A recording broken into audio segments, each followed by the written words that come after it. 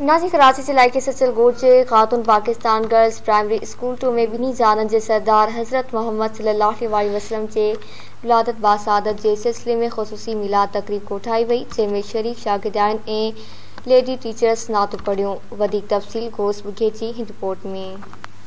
खातून Pakistan 2 school में अॼु जश्न ईद मिलादुल नबी के हवाले से एक शानदार प्रोग्राम जंहिंमें वालिदैन शागिर्द तोड़े उस्ताद टीचर्स जेके इन से वॾी शिरकत है। पाण उन सां ॻाल्हि ॿोल कंदासीं त हिन जश्न ईद मिलादुल नबी के हवाले से छा था चवनि। छोटा सा एक जो है हमारी तरफ से उनकी लिए तोहफा है दरूदों का। अल्लाह ताला इसको कबूल फरमाए। मेरी तमाम टीम की, मेरे बच्चों की और तमाम एचएम जिन्होंने मेरे साथ यहाँ पे जो है कंट्रीब्यूशन किया, उसमें मैं उनका नाम लेना चाहूँगी।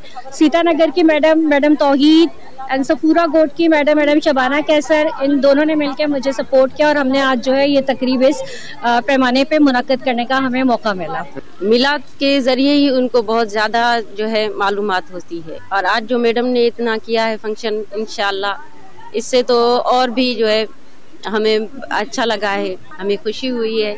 मिलाद नबी होना चाहिए, ज़रूरी है ॿारनि खे अवेयरनेस ॾियणु ऐं हज़ूर सल्लल्लाहु अलैहि वसल्लम जेके असांजा रसूल आख़िरी पैगम्बर आहिनि उनजे यादि में जेको इहो मल्हायो वेंदो आहे, उनखे दरूद सलाम पहुचाइण लाइ इहो मल्हायो वेंदो आहे। इहो हर घर में थींदो आहे तक़रीबन, ऐं स्कूलनि में कॉलेजनि में इहो हुजणु ज़रूरी आहे। अल्लाह ताला से दुआ है कि इनको मिलाद की ये महफिलें सजाने की, ज़िक्र रसूल सल्लल्लाहु अलैहि वसल्लम की महफिलें मुनक्कद करने की तौफीक अता फरमाए रखे और इसकी तुफैल इनके स्कूल में, इनकी अपनी जॉब्स में बहुत बरकत अता फरमाए। जब आए ज़मीं पे मोहम्मद हमारे, फलक ने ज़मीं पर बिछाए सितारे, उठे सरज़मीन अरब से ये नारे, मोहम्मद हमारे बड़ी शान वाले।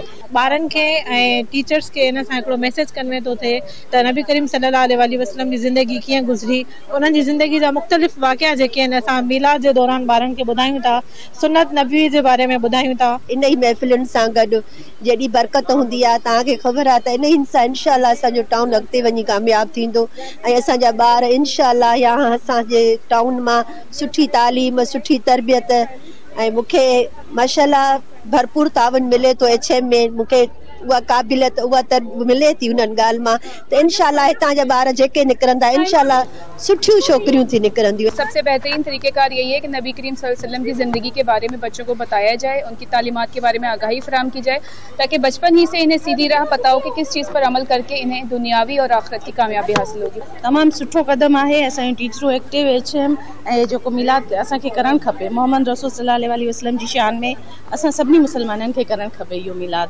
कैमरामैन मंसूर सां गॾु गोस बुगियो, धरती टीवी न्यूज़ कराची।